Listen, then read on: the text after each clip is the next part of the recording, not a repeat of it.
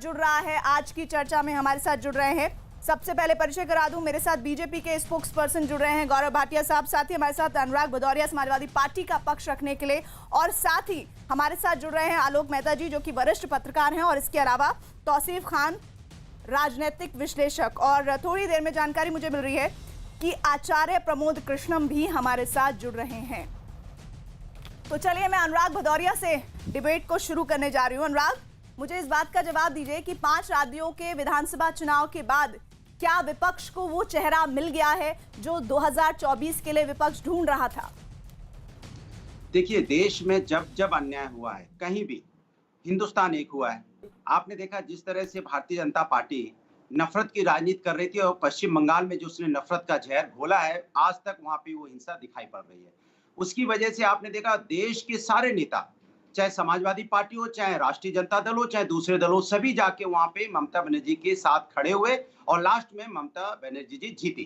तो ये संदेश है देश में कि अगर कोई भी नफरत की राजनीति, यहाँ पे धर्म और जात की राजनीति करके देश को तोड़ने की कोशिश करेगा, देश के अंदर में नफरत की राजनीति फैलाने की कोशिश करेगा, तो उसको मुंह तोड़ जवाब दिया जाएगा और देश की जनता उसको ऊंधे मुंह गिरा देगी। वही आज भारतीय जनता पार्टी के साथ हुआ। इतना पैसा, इतनी ताकत, इतनी दुनिया उन्होंने खर्च की, हर तरह के उन्होंने जो टीएमसी के नेता थे उनको तोड़ के बीजेपी में आए। बीजेपी तो वहां है ही नहीं, टीएमसी को बीजेपी में लेके आई थी। आप कुछ दिन बाद देखना जो जीते हैं वो टीएमसी वाले वापस टीएमसी में चले जाएंगे, तो फिर बीजेपी है कहां पे? बीजेपी का कोई नेता तो वहां है नहीं। इसलिए मैं कहता हूं, लेकिन अनुराग भदौरिया, अभी शायद आपने नहीं सुना, हमने पैकेज में अधीर रंजन चौधरी को सुना जिसमें वो ये कह रहे थे कि किस तरह से ममता ने ध्रुवीकरण वाला जो अपना एजेंडा था, कम्युनल एजेंडा चलाया, उन्होंने अल्पसंख्यक जो है, माइनॉरिटी जो है, उनको डराया और तब जाकर ये एक कलेक्टिव वोट पड़ा है अल्पसंख्यकों का। देखिए, ये चीज पूरा हिंदुस्तान जानता है कि नफरत की राजनीति किसने वहां फैलाई है, कौन वहां पे क्या क्या शब्दों का इस्तेमाल कर रहा था, किसको बेगम क्या बोल रहा था, क्या नहीं बोल रहा था, अच्छी तरह जानते हैं आप भी।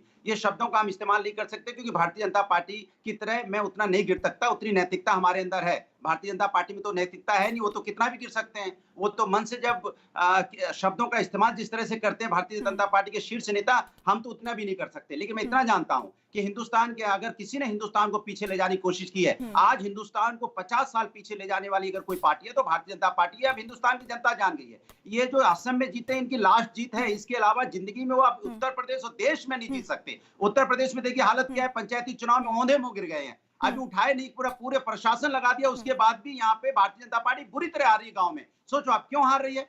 क्योंकि इन्होंने जनता के साथ धोखा किया। लेकिन ये तो आपका पर्सपेक्टिव है, विकास की राजनीति करनी ये तो आपका पर्सपेक्टिव है, आपको लगता है। लेकिन गौरव भाटिया, कई तरह के एलिगेशन अनुराग भदौरिया ने वेस्ट बंगाल के नतीजों के बाद आपके लिए लगाई। सर, आपके सवाल का जवाब तो लें। अब आप देखिए, बिना रोके टोके आप बोले। पश्चिम बंगाल में सामने है, आप सुनिए तो सही, वो तो उसको किस तरह से देख रहे हैं उनका भी तो सुन लीजिए पक्ष। अनुराग जी, मेरी गुजारिश है आपसे कि सर देखिए, आपकी बारी हो बोलिए, उसके बाद बीच में बार बार मत बोलिए, ये रिक्वेस्ट है, मैं आपसे खास तौर पर कर रही हूँ। गौरव भाटिया जी, ये बताइए कि जो एजेंडा ध्रुवीकरण की राजनीति का आप चलाना चाह रहे थे वेस्ट बंगाल में, वेस्ट बंगाल की जनता ने आपको सिरे से खारिज कर दिया, ये विपक्ष का इस वक्त आप पर आरोप है। देखिए, ऐसे ही कुछ भी बोल दें जिसमें ना तर्क हो ना तथ्य सही हो, ये कई प्रवक्ताओं की आदत होती है जो रटी रटाई स्क्रिप्ट पढ़ते हैं। ये आंकड़े बड़े महत्वपूर्ण है। पहले मैं भारतीय जनता पार्टी की बात करूंगा, फिर महागठबंधन पे आऊंगा। असम में हमारी पुनः सरकार बनी, हमारी सीटें बढ़ गई, वोट परसेंटेज 29.5 से 31.5 हो गया। पश्चिम बंगाल आ जाते हैं, 3 सीटें थी, मैं इनको चुप करा लीजिए। हाँ, पश्चिम बंगाल में 3 सीटें थी, करीब 74-75 सीटें हमारी बढ़ गई और हमारा जो वोटिंग परसेंटेज था 10% से बढ़ के 38% हो गया। पुडुचेरी में हमारी सरकार बन रही है, यहाँ कांग्रेस की सरकार हुआ करती। तमिलनाडु में हमारी सीटें बढ़ गई, वोट परसेंटेज बढ़ गया, और केरला में वोट परसेंटेज बढ़ गया। ये क्या दर्शाता है? ये दर्शाता है कि जो हमारी विचारधारा है, जिससे हम कभी समझौता नहीं करते, वो पूरे देश में फैल रही है, चाहे पूर्वोत्तर के राज्य हो चाहे दक्षिण भारत हो। और दूसरी तरफ आप देखिए, गौरव, मैं आपको रोक रही हूं बीच में क्योंकि एक और महत्वपूर्ण खबर वेस्ट बंगाल से ही आ रही है और इस मामले में बता दें कि कल जब से नतीजे सामने आए हैं तब से लेकर उससे पहले से कई तरह की हिंसा की घटनाएं हुई हैं, जिसमें बीजेपी के दफ्तर पर भी हमला किया गया है।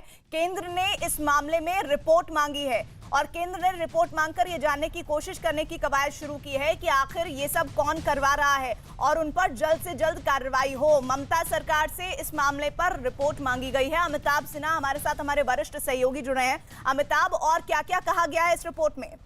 देखिए, मैं अभी एक जानकारी बता रहा हूं सूत्रों के हवाले से कि बंगाल में जिस तरह से हिंसा फैली है, तृणमूल कांग्रेस की जीत के बाद जिस तरह से टारगेट किया गया बीजेपी के वर्कर को, उसको लेकर गृह मंत्रालय बहुत चिंतित है और गृह मंत्रालय ने बंगाल सरकार से रिपोर्ट तलब की है।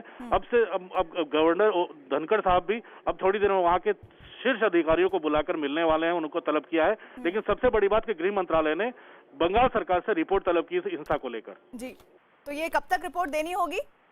अब रिपोर्ट मांगी है हिंसा के ऊपर तो जल्दी से जल्दी देनी होगी। अभी तो सरकार बनी नहीं है वहां पर, लेकिन गवर्नर को रिपोर्ट देनी पड़ सकती है उसके ऊपर जिसको लेकर उन्होंने तलब किया तमाम अधिकारियों को। यानी कि मुमकिन है कि 5-6 तारीख के बाद ही रिपोर्ट वापस आने की उम्मीद जताई जा सकती है। शुक्रिया अमिताभ हमारे साथ जुड़ने के लिए। जी गौरव, आप अपनी बात पूरी कीजिए। धन्यवाद। और ये बड़ी चिंता है आप लोगों के लिए क्योंकि चुनाव के दरमियान वोटिंग वाले दिन, और अब देखिए लगातार ये तस्वीरें आ ही रही हैं वहां से। बिल्कुल ये चिंताजनक है, केवल भारतीय जनता पार्टी के लिए नहीं, हर नागरिक के लिए, क्योंकि मुख्यमंत्री ममता बनर्जी ने संविधान बार बार तार-तार किया है। किसी भी नागरिक ने किसी भी पार्टी के लिए वोट किया हो प्रीति जी, लेकिन उसकी जान को अगर खतरा हो जाए, भारतीय जनता पार्टी के कार्यालयों को जला दिया जाए, तो ये अराजकता और गुंडागर्दी की जो सोच टीएमसी की है वही दर्शाता है। और इस वक्त भी मुख्यमंत्री ममता बनर्जी हैं, उनको ये सुनिश्चित करना चाहिए कि हर नागरिक की जान सुरक्षित हो। और वो नंदीग्राम से चुनाव हार गई। प्रीति जी, ये क्यों हुआ? ये इसलिए हुआ क्योंकि उनकी सोच यहाँ भी गैर संवैधानिक थी। वो कह रही थी कि बाहरी लोग क्यों आ रहे पश्चिम बंगाल में। प्रीति जी, भारत की धरती पे कोई भी भारतीय किसी भी जगह जा सकता है, वो बाहरी नहीं हो सकता है। अब मैं आता हूँ एक तस्वीर। लेकिन गौरव भाटिया, आप आगे बढ़े उससे पहले एक बात मैं कहना चाहूंगी कि वेस्ट बंगाल की जीत को नंदीग्राम की हार से आप खारिज नहीं कर सकते हैं।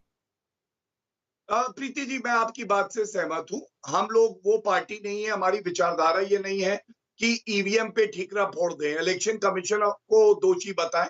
हमने तो स्वीकार किया, हम लोग चिंतन करेंगे और मजबूत होकर आएंगे और पश्चिम बंगाल में भी सरकार बनाएंगे। हमने किसी और को आरोप नहीं दिया, लेकिन कार्यकर्ताओं को मारा जाए, आगजनी हो, कार्यालय जलाए जाए, प्रताड़ित किया जाए भाजपा के कार्यकर्ताओं को, ये उचित नहीं है, संविधान के तहत नहीं। अब एक बात और कह दूं, ये देखिए ये तस्वीर है, ये आपने दिखाई भी थी शायद, ये सारे नेता आए, महागठबंधन है ये हर बार आता है, ये कोई सकारात्मक बात नहीं करता, ये केवल एक ही बात करता है। बहुत साफ नहीं दिख रही है, लेकिन मुझे लग रहा है 2018 की ये तस्वीरें हैं। बिल्कुल, कुमार स्वामी के ओथ सेरेमनी की। मेरा एक सवाल है, हाँ। अभी एक प्रवक्ता चिल्ला रहे थे कि कोई और गिरा नहीं सकता। अरे बिल्कुल सही कह रहे हैं। 2014 में इनकी 5 सीटें आई थी लोकसभा में, 2017 में जनता ने ऐसा थप्पड़ मारा 50 सीटें रह गई विधानसभा में उत्तर प्रदेश में, और 2019 में 5 सीटें रह गई। पश्चिम बंगाल में कितनी सीटें आई हैं? देखिए मैं समाजवादी पार्टी के पास नहीं जाना चाहती। देखिए मैं उनको वक्त दे चुकी हूँ, मेरे पास बाकी पैनलिस्ट भी हैं, दोनों में तो मैं होगी, किसी व्यूअर को कुछ समझ नहीं आएगा। ठीक है, उनसे जवाब ले लेंगे, लेकिन हमारे साथ आचार्य प्रमोद कृष्णम जी जुड़ गए हैं, जिनसे मैं चाह रही थी कि मैं डिबेट आज उन्हीं से ओपन करूं, लेकिन अचानक से वो हमारे साथ शुरुआत में जुड़ नहीं पाए। आचार्य जी, आपका स्वागत है। शुरुआत इस बात से आपसे कर रही हूँ कि पुदुचेरी में भारतीय जनता पार्टी के लिए बहुत कुछ